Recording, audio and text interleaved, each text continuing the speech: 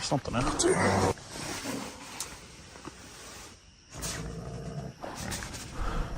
Oh shit.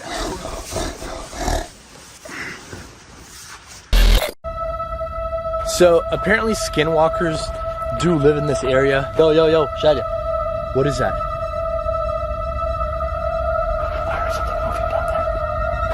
There's something down there. What the? Shatter. Get the out of here. Get out of here. Go, keep going, baby. Come on, go. Oh, shit! Sometimes, in just a matter of seconds, a simple camping and fishing trip can turn into a full-blown nightmare you'll never forget. And that's exactly what happened to Joseph. Chapter 1. A savage bear attack. Joseph, a guy from West Virginia, runs a YouTube channel called 5050 Fishing, where he uploads his camping and fishing adventures. He's been through plenty of wild situations before, but nothing compared to what nearly killed him. August 8th, 2023. That was no ordinary day. On that day, Joseph faced a disaster far darker than just another fishing trip. It started out like the perfect day. He hopped in his truck, drove out to pick up his boat, and that's when things began to unfold. Yeah, buddy. Heading back to Lake Cray. Canoe won't fit in my truck, so we got it in Rick's. Uh-oh. My rods ain't gonna make it back here, I don't think. Look at all my rods back here. They hitting branches. I just had to get out and grab my rod because the freaking branch pulled it out. I knew that was gonna happen. Oh yeah, we out here. Camp Cray. One of the rods pulled. Yeah, one of the rods pulled one of the branches pulled a rod out. Oh no. But I got her. I think she's good. There she is. There's my dang canoe because it wouldn't fit. What else do I need in here? All right, I think I'm ready. I'm just bringing this little doohickey mabobber. Bring my little bit of water out there. I think I'm ready. We at Lake Cray. We're doing like a little maiden voyage. See, it's the first time in the canoe ski. I was gonna sell this canoe, but now I think I'm just gonna keep it. With his buddy waiting at the spot, they dropped the boat in the water and started fishing. Everything felt calm, peaceful. But the thing is, disasters never send a warning. Even when the world feels calm, tragedy can strike out of nowhere. Oh, he took it. That felt like kind of good. I felt a little heavier. Oh, that's a bass. Ooh, yeah. Let's see if I can get this in there. That kind of, it wasn't big, but. Oh yeah, he's gonna get it. Yep. Oh man. I figured he might be shallow right now. He ran with it so fast. Oh, he's on it. Nice. I got him, Rick. I got him. Man, that little dude was ferocious. He's a ferocious little guy. He's healthy looking. He looks young. He don't look stunning like them other ones. I wonder what's causing them to stun up though. It's just not enough food. Too many panfish probably. They can't. They're getting out competed by the bluegill. So they're not getting big. Oh, what was that? I was running fast and a bass hit it. Where the hell did he come from? Dude. I need to put the dang plop ski on, I think. That was pretty wild, wasn't it? I don't think he was very big, but he kind of sounded like it. Oh, there's one. I think there'd be something in here at least. I'm hammering them, Rick.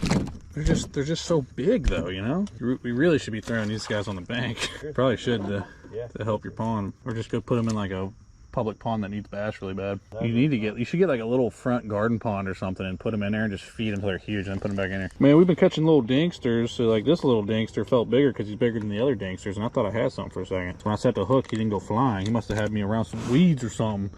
But that's just a stunted old bass, man. A stunted old bass, Rick. He hit that good. Like there was no ripping at it. It was just like boom. Got excited there for like a split second. I need to put the dang ripple thumper on. I know I need to.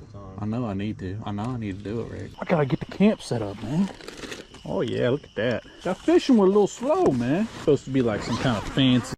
Joseph had no clue that this day wouldn't be remembered for the fish he caught, but for something far more terrifying that was already waiting for him. As the sun went down, it was time to set up camp. With his friend's help, the tent went up fast. A tent that could easily have become their coffin. Just like a dang shanty. And you just pop this, pop that. No, that's it. The tent is up, bro. Holy crap. That's nice. Bro, that's pretty fire. It's supposed to be 7x7. Don't really look like it. Boy, that's kind of slick. Look at that thing, man. It literally took 5 seconds. Yeah, that tent's kind of fire, though. I mean, it literally took, I mean, what takes the longest is doing the dang rain fly and stuff. And they really don't take long. Got a tent up in freaking 5 seconds, though. They spent a little more time fishing, laughing, enjoying the night. But maybe, just maybe, those were their last laughs and their last catch. Because the night had only just begun, and it was about to give birth to something unimaginable. Eventually, Joseph and his buddies split up, and Joseph crawled into his own tent for the night. But not long after he drifted off, a strange yet all too familiar sound ripped him out of his sleep. A sound that didn't just scare him. It forced him to prepare to fight for his life. Probably gonna head to bed. Probably gonna get up early, hit the lake again. Got my mattress pad, got the sleeping bag. This little tent's all right. This ain't bad at all. Not like crazy roomy, but it's pretty good. Could fit 2 people in here. I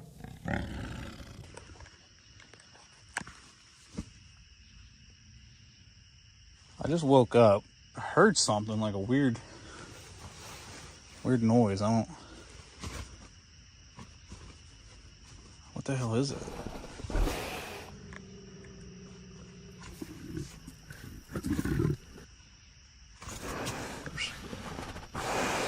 There's something else here.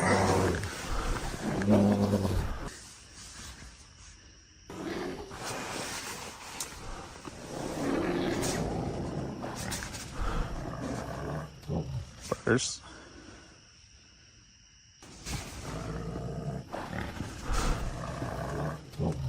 what the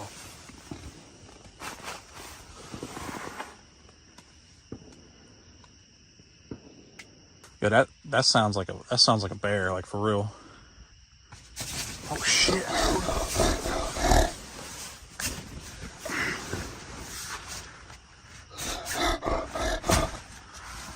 think it stopped, man. It like pushed my whole tent in right here. I'm about to go look. I'm gonna wait a little bit. I thought I heard it kind of run away. What the fuck? I don't know how the fuck I'm gonna sleep now. Alright guys, well,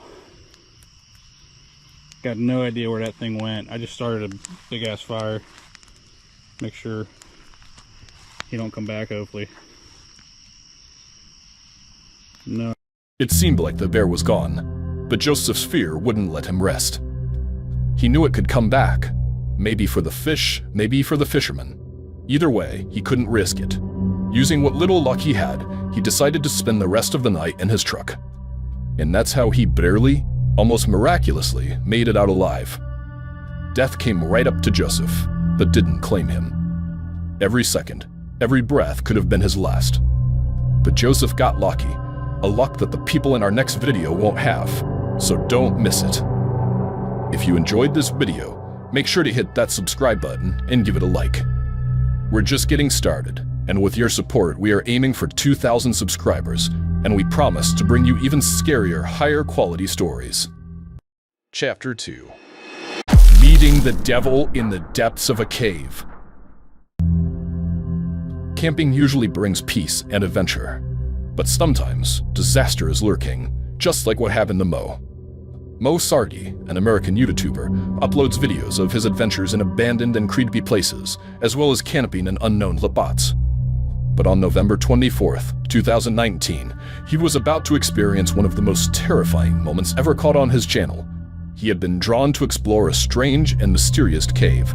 What's up, Sergeants? Welcome back to another video. Today I'm in the middle of the desert, about to go to the Skinwalker Cave. It's a super haunted cave. I'll give you guys more information about this as I find it. I actually have to search for this place somewhere here in the desert. No clue where it is. I'm probably going to take my drone up in the air and hopefully locate it with the drone. He and his wife ventured into the wilderness to find the Skinwalker Cave. But what exactly were these creatures, and what was waiting for the couple inside? So apparently skinwalkers do live in this area. Skinwalkers are basically demons or spirits that can shapeshift and turn into anything they want. Scary things, animals, even people. Yeah, look at this. Something was like destroyed here at one point. We probably could have driven through here, but I didn't want to take the risk. I don't know what that is up there. I think it's a bush or a tree made to look like some type of spirit or a cactus. I don't know. There's 2 of them up there. I kind of want to go back and go up there and see what that is. Ever since we got in here, it feels like we're being watched. Yeah. Does it not feel like there's this eerie quietness? It's super quiet because we're between these deafening mountains, but it also feels like something is watching us. I thought I seen what looked like an opening to a cave or a mine up there, so I'm gonna go up there, check it out, I'll let you know, okay? Oh, that's it. There's the entrance. After a long search, they finally found the cave entrance, and everything was set for their adventure to satisfy their curiosity. All right, you guys, first one into the cave, trying to make sure it's safe for my wife. Whoa. All right, come on in, babe. Holy moly, this is freaking scary. There were countless paths inside, and Mo and his wife had no idea where each one led. One wrong turn could trap them in a nightmare they might never escape. Every wrong choice could even lead to death, and there was no one around to help. They only had each other, talking and navigating through the darkness. They were chatting as they went deeper, until something shocking caught their attention. It was so mesmerizing that they completely forgot what they were talking about. Their eyes locked on that mysterious object. There's just more holes and more tunnels. What? Oh my god. Oh my god. What the hell? Mo? What This the is not real right now. Here, hold it. No, this is real, Shadia. This just got real. Stay back. Oh, what the hell's touching my head? Oh. Something just touched my head. Are you for real? Yeah. Guys, we just made it into this creepy room over here full of dolls. These could be haunted dolls. They could have some sort What's that up there? I don't know. Someone's left money on the dolls. Oh my god. Holy shit, this is scary. We just found all these dolls deep underground in the tunnel. Shadia? What were those dolls doing there? Had some curious people just left them behind? Or was their owner wandering somewhere deep inside the cave? To find out, the couple had no choice but to explore the cave's tunnels. But every crevice brought a new challenge. We decided we're gonna stay. What happens, happens. Smash our like button. Follow Shadia on Instagram. Follow me on Instagram as well. Get yourself some Live a Little merch. We're living a little right now. I wonder if we can find some more weird dolls in here. There's more tunnels, yeah, this way. We've never been in here. And there's some that go up that way. It's just very easy to get lost in here. Hopefully there's plenty of oxygen in here for us to breathe. Oh. Are you okay? Something's grabbing my back. Grab the camera, grab the camera. Stop. Mo. Something just grabbed my back. Something just grabbed my back. Are you it's still grabbing me? Mo? There's nothing on me. There's literally nothing on me. There's nothing on my back. No, I don't see anything. What the f just grabbed my back? They didn't give up and continued their journey until they found a suspicious rope. We discovered this red rope that goes through here. I'm guessing this is that cavern. The big one that I seen.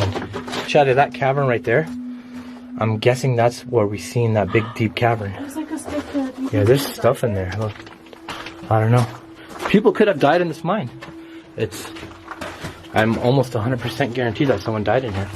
Oh my god. They followed the rope deeper and deeper, and it seemed like it would never end.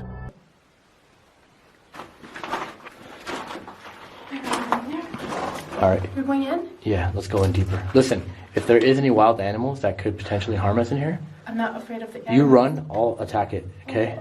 Save yourself. We're going deeper now. This is no joke, everybody. This is getting really, really real right now. Really serious. The cave tunnels kept getting bigger and darker, stretching endlessly. Mo didn't want to risk his wife's safety any further, so he'd considered turning back. But just before making the decision, something sudden and terrifying shook them to their core. With all their might, without looking back, They ran from the mysterious and frightening sounds, scrambling however they could to get out of the cave. Get down there. Are you okay? You don't want to go back in there? You don't want to sleep here the night? Let's do the spirit box though. Can you do me a favor? Is there anything on my back? What do you mean? Like when I got touched down there? Oh my god. What? Mo. Ah! What the hell is that? Mo, What is that? there's like 3 red marks. 3 red marks? Yeah. What do you mean? What the? For a few minutes, Mo tried to communicate with the creature inside using a special device. He came to believe that something evil truly lived there. The strangest part? Even after all the horrifying events inside the cave, and even after using the device to connect with the skinwalker, he still felt drawn to spend more time exploring the cave. It's not the first time that's happened to me. Why does this always happen to you? I want to do a spirit box reading. Maybe we can ask it. Let's ask it. Like when we were running out, like I was literally out of breath. I'm still catching my breath right now. I feel like someone was like choking our oxygen or something. Could have been 2 things. It could have been the energy down there, the negative energy, all the evil, or it could have been just that we were deep underground and there was no oxygen. But I don't believe that one because we heard some scary ass noise down there. That we both reacted to that at the same time. Yeah. We literally did. Like you guys saw that on camera. We both started freaking Yeah. out, and we didn't know why we were freaking out. And then I asked her, I'm like, "Why are you freaking out?" She's like, "My ears." And it was me too. My ears. I still kind of feel like a ringing. Like a ringing, yeah. Do you know when like That's you how I shoot a feel gun right now. near your Yeah. ear and then Yeah. you hear it ringing? Yeah. I just reviewed the camera footage, and the camera didn't get any. Yeah. It didn't get any. That's of it. weird. Like, how can it be like that? We both just heard it and like you can't get it on camera, you know? Maybe it's because whatever energy it was down there, it was affecting our minds. Maybe it was a mind. Maybe it was in our mind. It was a mind thing, possibly. Oh my god. So around here, guys, whether you believe in trolls or not, I'm not talking about internet trolls. I'm talking about actual trolls that live out in the wild, in the desert. Trolls that we can't see. Trolls are a demonic thing. Apparently, trolls live out here. Apparently, these skinwalker things live out here.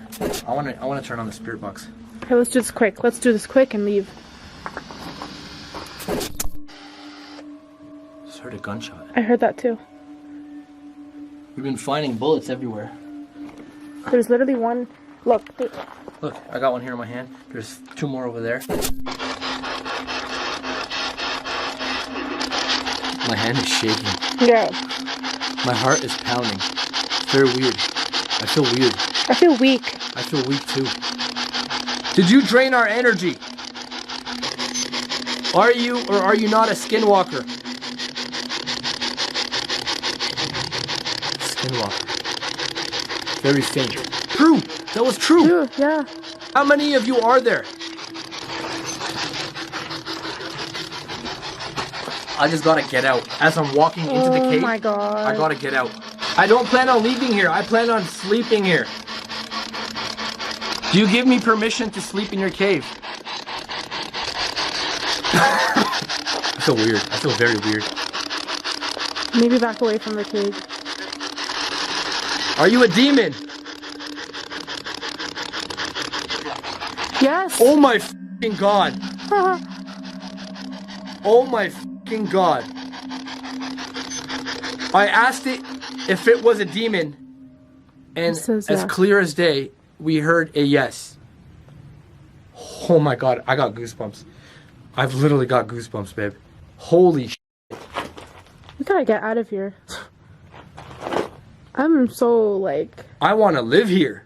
You wanna live here? Yes, even though I've been scratched, even though we had that high frequency, low pitch wave, I don't know what the call it. I'm sorry about all the swearing. I will be bleeping it all out. This is just too exciting. This is too thrilling. I need to do a lights out challenge in here. Jesus. Like go into complete darkness, only night vision. You're crazy. I want to go in. But in the end, with his wife's insistence, Mo finally left. The lucky couple emerged from the cave, unharmed, from a place where it didn't seem anyone could survive, ending their terrifying adventure. Camping in a van usually brings peace and adventure, but sometimes disaster is just around the corner. A night where the silence is broken by an unknown sound can turn an ordinary evening into a terrifying nightmare. After seeing what happened to the Sean, you might never want to camp again. Chapter 3. The Sound of Death. Sean, a UK YouTuber who runs the channel Love Sundays, shares videos of his adventures, mostly camping, either on foot or van camping.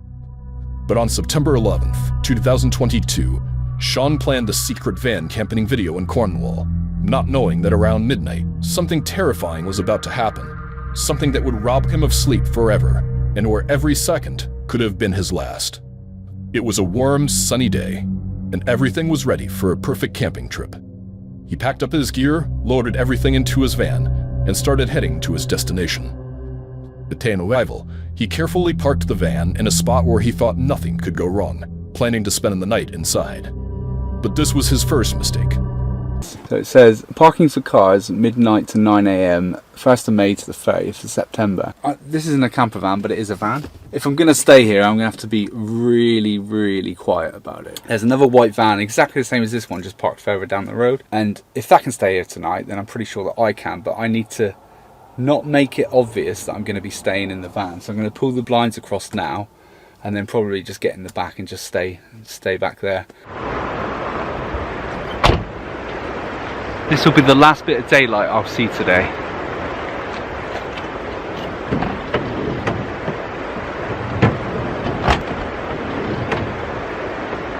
Gotta come and get the camera though. Next, Sean quietly prepared his meal inside the van with all doors and windows closed, explaining why he didn't want anyone to notice the smell or sounds. It was as if, deep down, he sensed danger lurking nearby. Maybe someone, or something, was watching. Around 7 p.m., he began cooking. After finishing his meal, feeling hot and stuffy from all the steam, Sean decided to step outside to enjoy his dinner.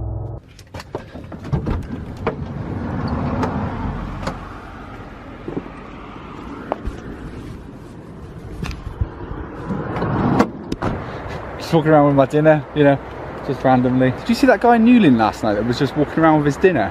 Yeah. Settling in a beautiful spot by the sea, he ate while soaking in the view. Once dinner was over, he returned to the van to set up his bedding, preparing for the night. A night that was about to become Sean's worst nightmare.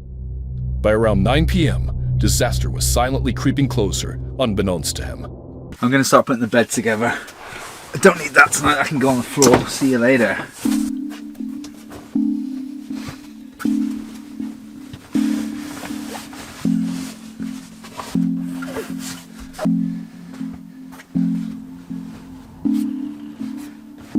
It's 9 o'clock, so I'm probably just going to start getting ready for bed, watch a movie. Once he made sure that the van was hidden in the darkness, Sean turned on the interior lights, walked us through his pre-bedtime routine, then finally switched off the lights and closed his eyes. Okay, so this is my bedtime routine when I'm in the van. 1, lock the doors. 2, keep my keys ready just in case I need to get up in the night and just go. So they're going to be left just over here. Make sure I've got some sweets for watching a movie. And then just get into bed, get cozy, turn the lights off, and go to sleep. Good night. But he had no idea that peaceful sleep was not in the cards. Around 2 a.m., the sinister events began, growing stranger and scarier with every passing moment. A knocking sound echoed at the door, jolting Sean awake, filled with fear and anxiety. He found himself in a completely bizarre situation. I just heard something outside.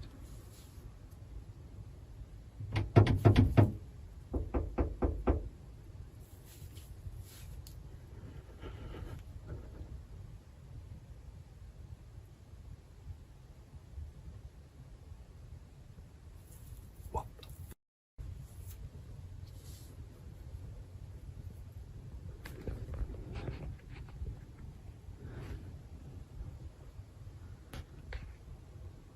Okay, I think they've gone. They literally tried to get in the van. It wasn't just a knocking, they were trying the handle. Let me check outside. Sean shares his feelings about the ordeal and talks about what he planned to do next. My heart was pounding then. I mean, they were either trying to move me on or trying to break into the van. Either way, not pleasant. I think that if I'd heard them coming in more, I've got a metal pole here, I could have just got out and not done anything. I'm not moving. I'm probably not going to sleep now though. To this day, Sean will never know exactly who or what was waiting outside his van. Did he survive without even realizing it? No one will ever know. What do you think? Was this a truly horrifying encounter, or just a normal event that could happen to anyone? Sean managed to stay calm and focused during the peak of this mysterious, terrifying event, one of the key reasons he survived. But the camper you'll see in the next video didn't have Sean's control, leading to an even more nightmarish and dangerous camping experience. Chapter 4. The Last Camp. Natasha, a woman from Montreal, Canada, bought a Dodge Sprinter van to escape her past life and toxic experiences. She's been living in it for a few years, documenting her travels and camping adventures on her YouTube channel, Quest Out West. But in a video published on April 11th, 2023, Natasha faced an extremely harsh and terrifying camping experience, one of the most talked about videos on her channel. She decided to camp in Squamish, north of Vancouver, in British Columbia, Canada, a decision that soon turned out to be one of the worst choices of her life. Like any normal camping trip, the first step was gathering supplies and groceries for cooking before heading to her destination. She went into a store and picked up everything she thought she'd need. After shopping, Natasha got into her van and started driving.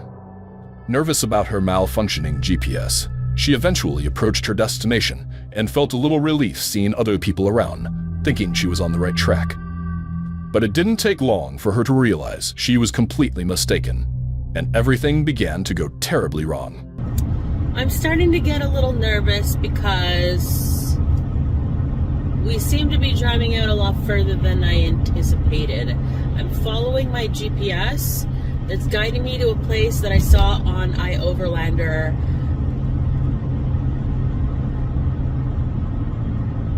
Feels like we're just driving forever into the abyss. And yep, I'm a little nervous. We just turned off the highway. This is where we are, and there are people here, so I know that I won't die. That's good. I'm still a little nervous though. This is a really, oh my god. Oh, that's beautiful. Look at that. Along the way, she saw a few other cars and realized she was getting closer to her destination. But then she reached a fork in the road and didn't know which way to go. After a few seconds of hesitation, she decided to follow another car and take a route that was technically marked as inactive. Soon, she changed her mind and turned back to try the other path. This seemingly simple decision became her first mistake. To the spot, and we're seeing more people. I want to be alone, but at the same time, I'm grateful that if anything happens, that there are other people around. So we got a place to turn around. We're in a fork in a road, and the GPS is not telling me which way to go. Warning, road deactivated. I hope it's not that one. So someone's behind us and they're actually taking the deactivated road. So now I'm confused because I was thinking maybe we should take the road that's not deactivated. But that one says, okay, that says Cat Lake, which is the paid campground, I think. And where we're supposed to be going is above Cat Lake. This looks like it's above Cat Lake. I don't know. I think I'm gonna risk it and go up this deactivated road. I'm a little bit scared, and by a little bit I mean a lot. Oh my god, use extreme caution. Oh my god, okay, no, I don't know, man. Okay, and the car is like literally slipping backwards. How steep is this hill? Right at that fork, Natasha's eyes caught a beautiful forested view. Deciding not to stress over the GPS any further, she chose that spot to stop and camp. she was still unsure if it was the right choice and worried she might be in danger. Her mind imagined all the worst-case scenarios, and the fear she felt was very real. Check this out. That is stunning. But at the same time, I'm concerned that in the middle of the night that we're going to accidentally roll down the hill or something. Or maybe even just get hit by somebody else coming down this road. And I'm scared to go further in because I don't know if this car can handle these roads. And it's not like I can call for a tow. After some exploring, she found a fire pit, a sign that others had camped there before, but now it was empty. She parked her van a short distance away and began setting up her camping gear, unable to drive the van all the way to the fire pit since it wasn't an off-road vehicle. It is a camping spot.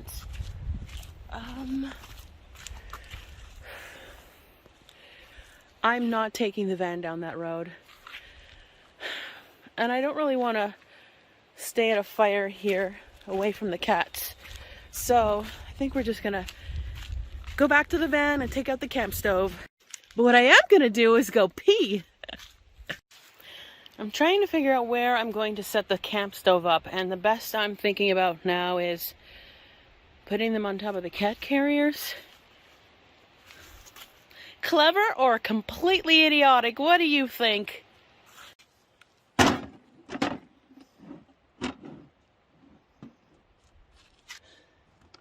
Then suddenly, strange sounds echoed around, sending Natasha into a state of panic. Were they just birds? Or was someone or something lurking nearby with harmful intentions? Already anxious from her GPS troubles and uncertainty about the spot, Natasha's fear escalated. Her thoughts became paranoid and irrational. Was it just her imagination, or were there truly hidden secrets or creatures around? She even doubted other passers-by, imagining all possible dangers. Do you hear that?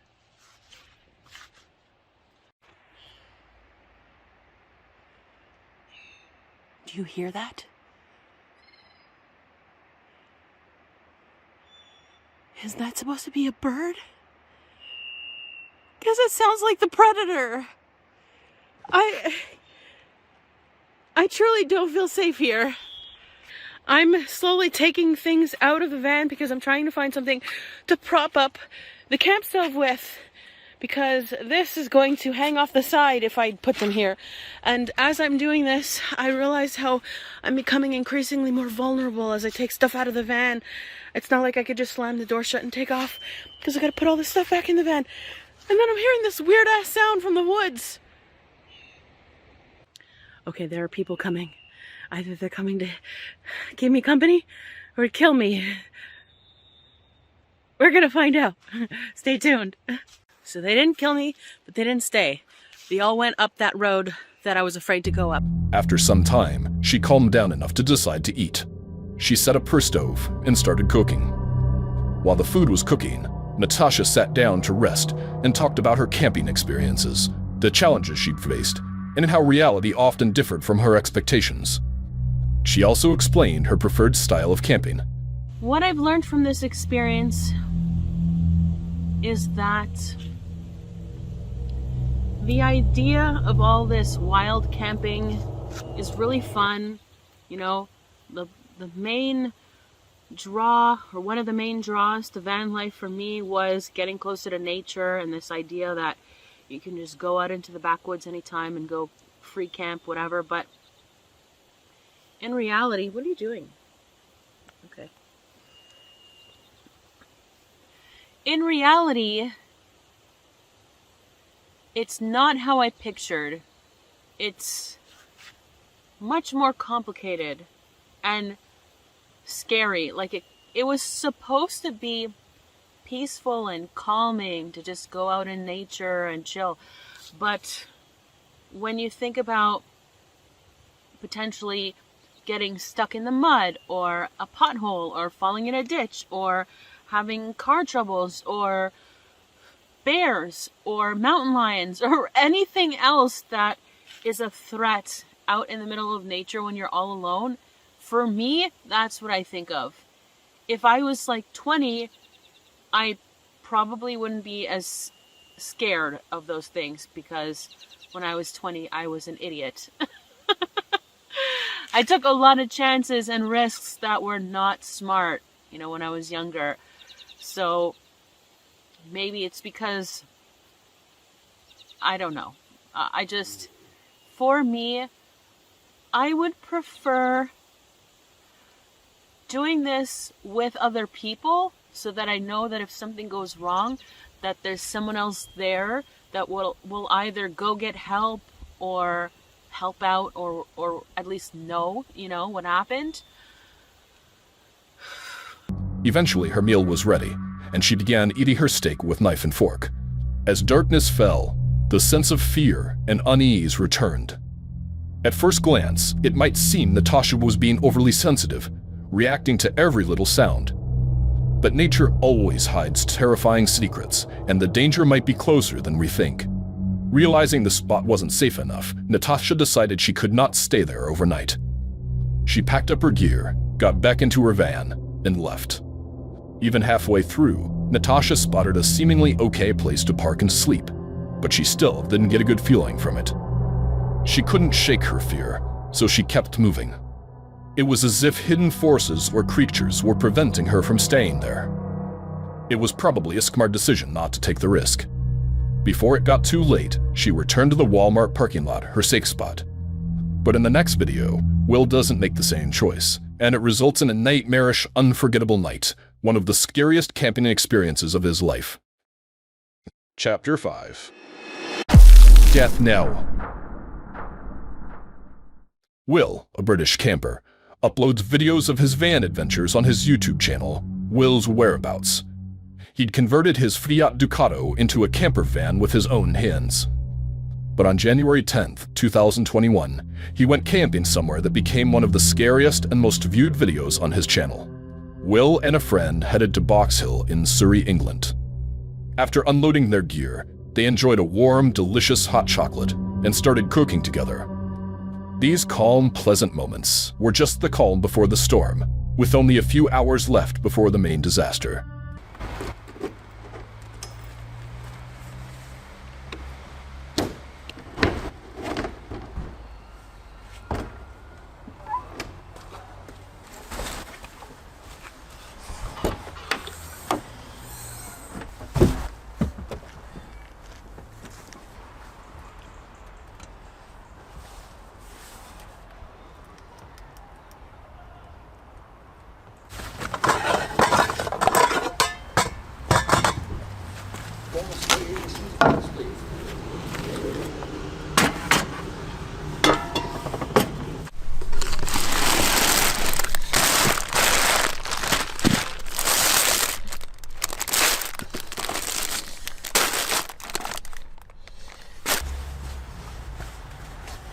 Oh!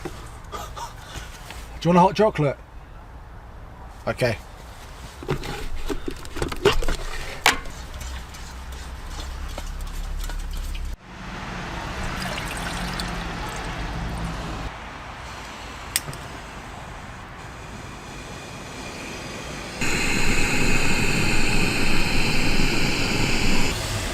Oh, we're boiling, baby.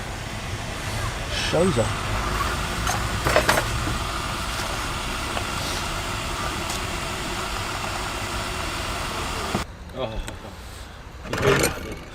Beautiful. Is that enough for two? Oh, look at that.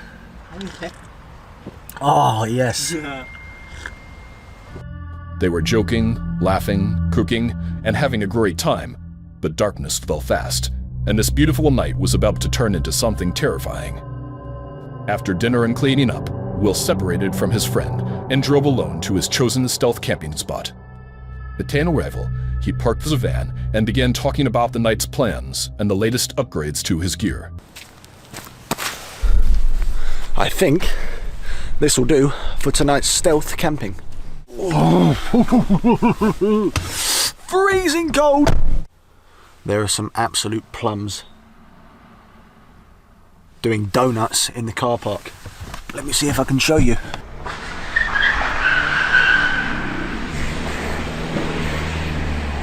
Anyway guys, welcome back to another video.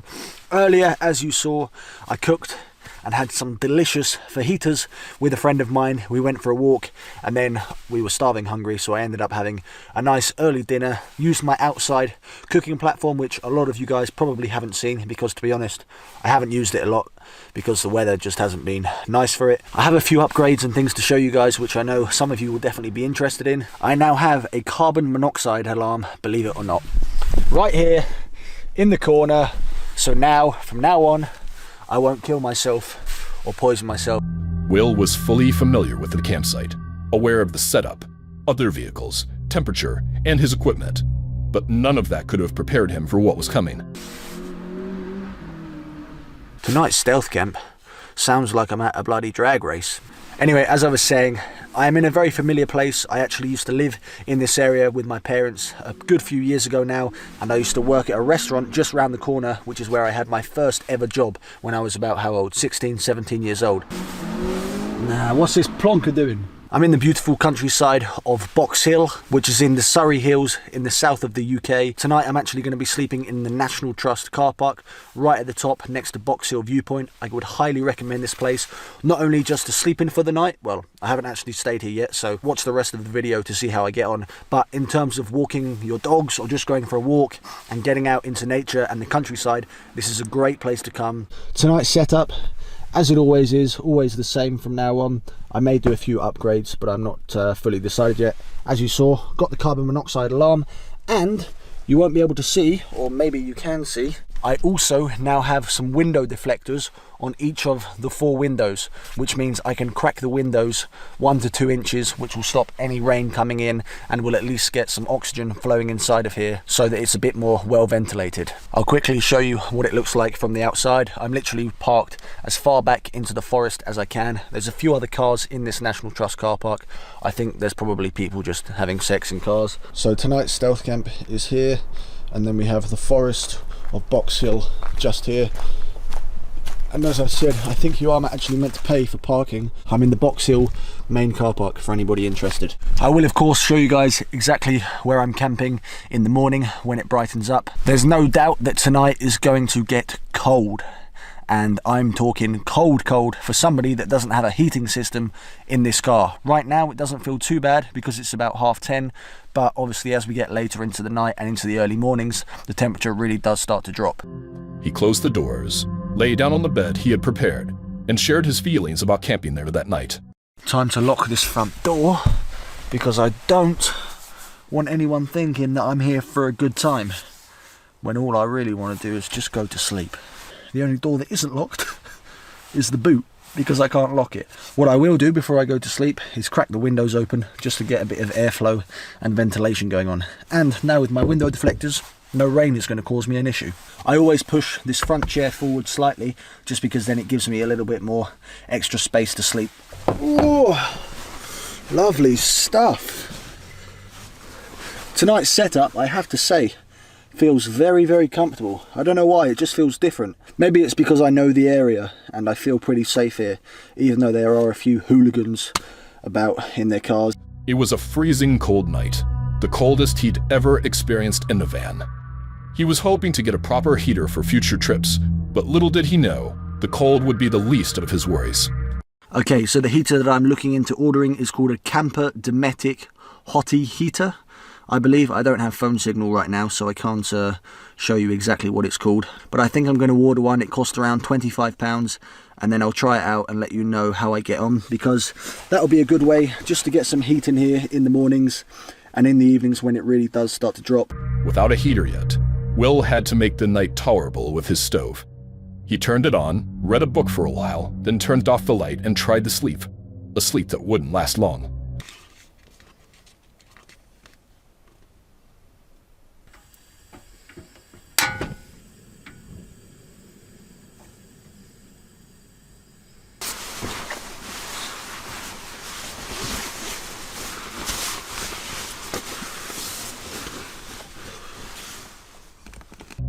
After only a short while, he woke to horrifying, strange screams. It was impossible to tell where they came from. Were they the cries of a victim in a satanic ritual? Someone in mortal danger, screaming for help? or attackers trying to harm Will. Whatever it was terrifying and left him confused and anxious. What was the right move? Step out into the cold to check, or stay inside and hope it calmed down?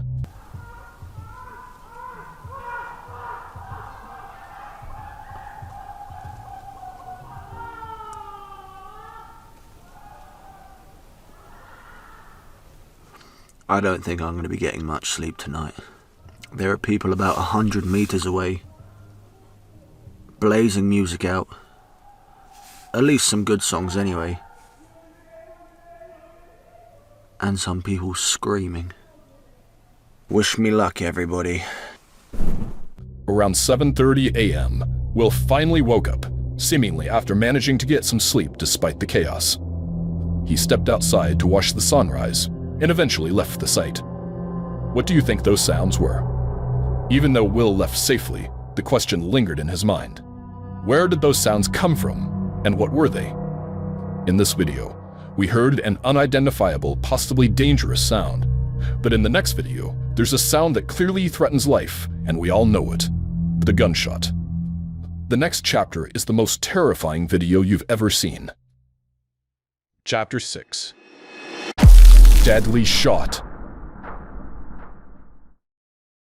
Maverick Jews, on his YouTube channel Mauve, usually shares videos of his travel and camping adventures. But on April 10th, 2020, he uploaded a video that terrified not only himself, but also everyone watching more serious, dangerous, and frightening than anything he'd ever posted before. Mav drove to his destination, Lake Superior in eastern Minnesota, USA. At PAM arrival, he started setting up his fishing gear for the next morning, planning to catch fish for lunch. Since he had to wake up early, he decided to prepare his camping spot that night and get some rest. Alright, what's going on, everybody? Welcome back to another episode of Mav, where we do everything outdoors. So right now I'm driving up north. We're gonna be doing an overnight in the truck tonight. Got a nice foggy day. Hopefully we can get some fish. I don't know if I'm gonna have time to fish tonight, but I guess we'll have to see. So, see you when we get out there.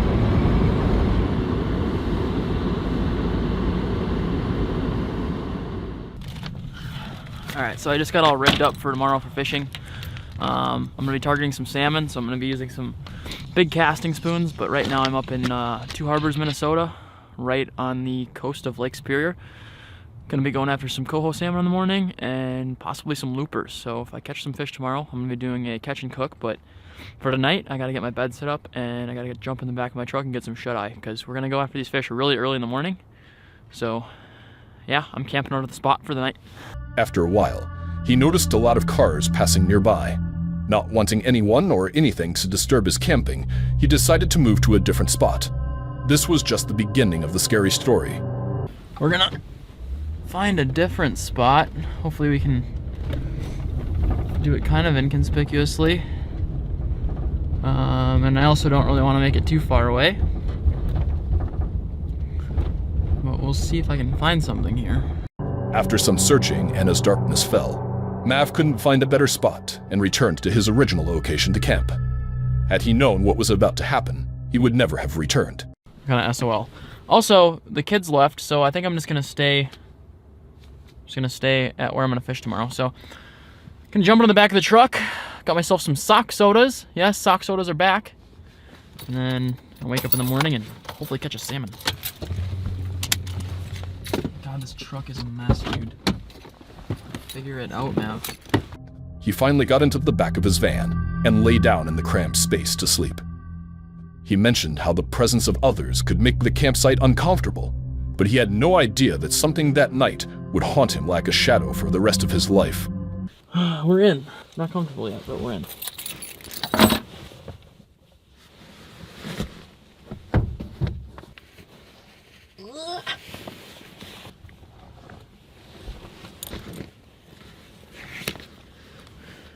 All right, well, here we are. Welcome. If you guys remember, the dangerous sock soda. It's back, baby.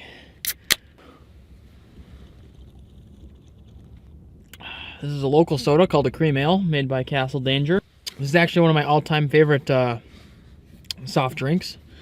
Kind of a weird little stealth camping, boondocking type deal I've got going on tonight. I haven't ever been like, I just felt very overwhelmed earlier with how many people were driving by and like how many eyes I had on me. It's kind of a odd thing to have a bunch of cameras out and a truck bed with a bed in it. I mean, people...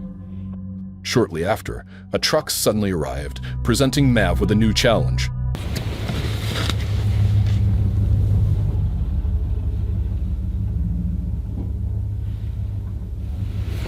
Alright, so there's people right outside. They just did a burnout in their truck. And they're just hanging out right here. I don't know what's going on.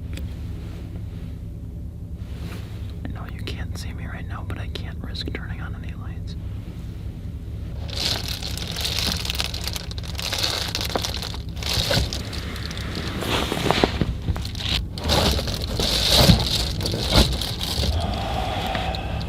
God, this is so annoying.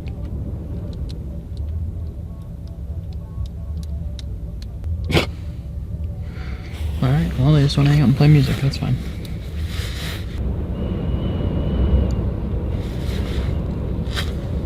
Can you hear that right now? Fortunately, the stranger drove away, and Mav felt relieved that he was alone and undisturbed. But he had no idea that an even bigger, more terrifying challenge was coming, one that wouldn't be as easily resolved. Alright, so I'm gonna get my last layer off and then hit the sack, but I guess this is... Good night. See you in the morning. Around 2:30 a.m., Mav woke to the sound of strange gunshots. Alright, so my main camera has died. It's about 2:30 in the morning. And I tried to get a little clip of it before my camera died, but there was like 2 kids out this way. And I woke up to like, it sounded like something dragging on the ground. I couldn't tell exactly where it was, but it sounded like it was in like this general direction and close to the truck because the wind is like making so much noise in my truck. It had to have been close. This dragging goes on and then all of a sudden there's a pop. I couldn't tell what it was at first, but then I realized that it was the sound of a gun because there was the sound of a ricocheting bullet hitting concrete. It made like the pew sound. I know my reenactment noises are great, but it was pretty scary. Another one went off, and it sounded like a small gun, like a 22 or something. But it's 2:30 or 3 in the morning, and there's high schoolers outside of my truck playing with the gun. That's really reassuring. So, I've never felt more unsafe truck camping somewhere. It's just, if I hear them come back and I hear that gun go off again, I'm probably just gonna have to set my car alarm off because I'd hate for a stray bullet to come through the back of this thing, even if it is from a 22. It could hit me right here and I could be dead, so not good. But for the time being, I got 2 more hours to sleep, so I'm gonna try to do that. They haven't been around for like the last half.